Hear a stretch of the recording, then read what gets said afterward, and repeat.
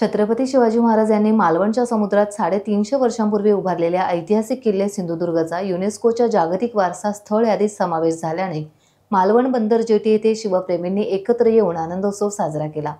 प्रशासन तसेच किल्ले सिंधुदुर्ग प्रेरणास्थळ समिती आणि शिवप्रेमींच्या वतीने जेटीवर आयोजित आनंदोत्सवात किल्ले सिंधुदुर्गच्या साक्षीने ढोल ताशांचा गजर करीत, गुलाल उधळीत आणि फटाक्यांची आतिषबाजी करण्यात आली। तसेच शिवप्रार्थना म्हणण्यात आली। यावेळी निवासी उपजिल्हाधिकारी मच्छिंद्र सुकटे, प्रांताधिकारी ऐश्वर्या काळुसे, तहसीलदार वर्षा झालटे, किल्ले प्रेरणोत्सव समितीचे अध्यक्ष गुरुनाथ राणे, अतुल काळसेकर, पोलीस निरीक्षक मारुती जगताप यांच्यासह इतर शिवप्रेमी नागरिक उपस्थित होते।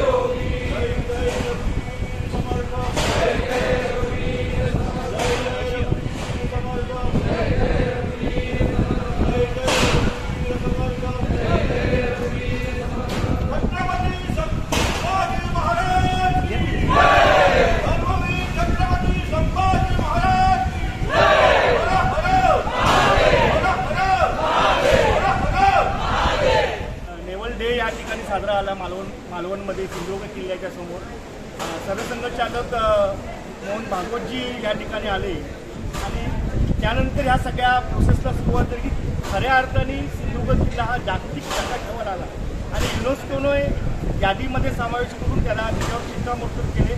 आमच्या सगळ्या शिवप्रेमींसाठी आजचा अत्यंत आनंदाचा दिवस आहे आणि त्यासाठी आम्ही हा दिवस अत्यंत उत्साहाने या ठिकाणी साजरा करतो। सर्व सिंधुदुर्गवासीय ह्या घोषणेमुळे खुश आहेत।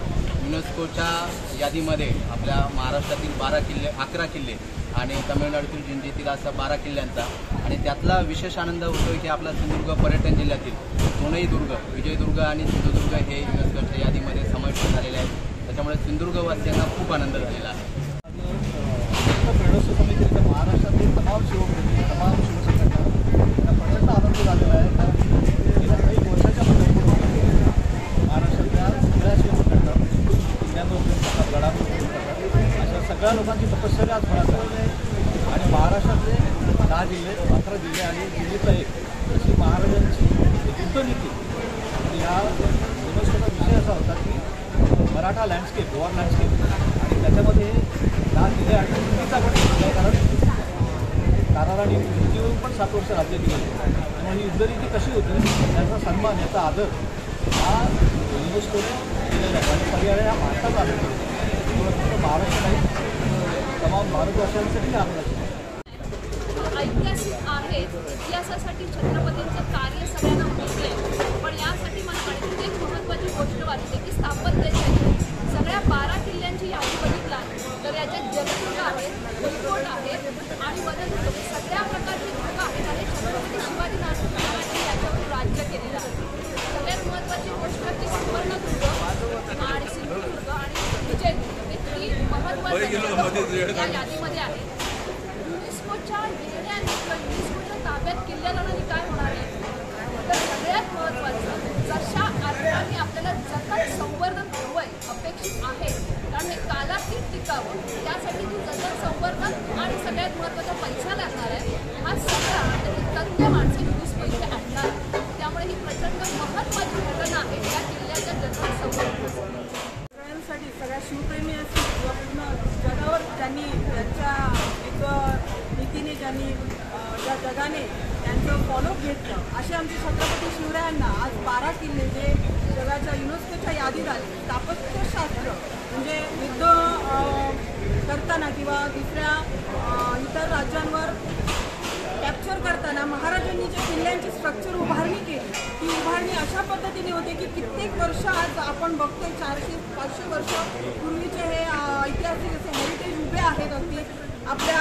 जलदुर्ग म्हणून ओळखला जाणारा आमचा सिंधुदुर्ग किल्ला जो अरबी समुद्राच्या मध्यभागी असा उभा आहे आणि त्याचं आज युनेस्कोने आणि इतर सगळ्याच संस्थांनी याचा आवाज उठवला होता, शिवप्रेमींनी आवाज उठवला होता.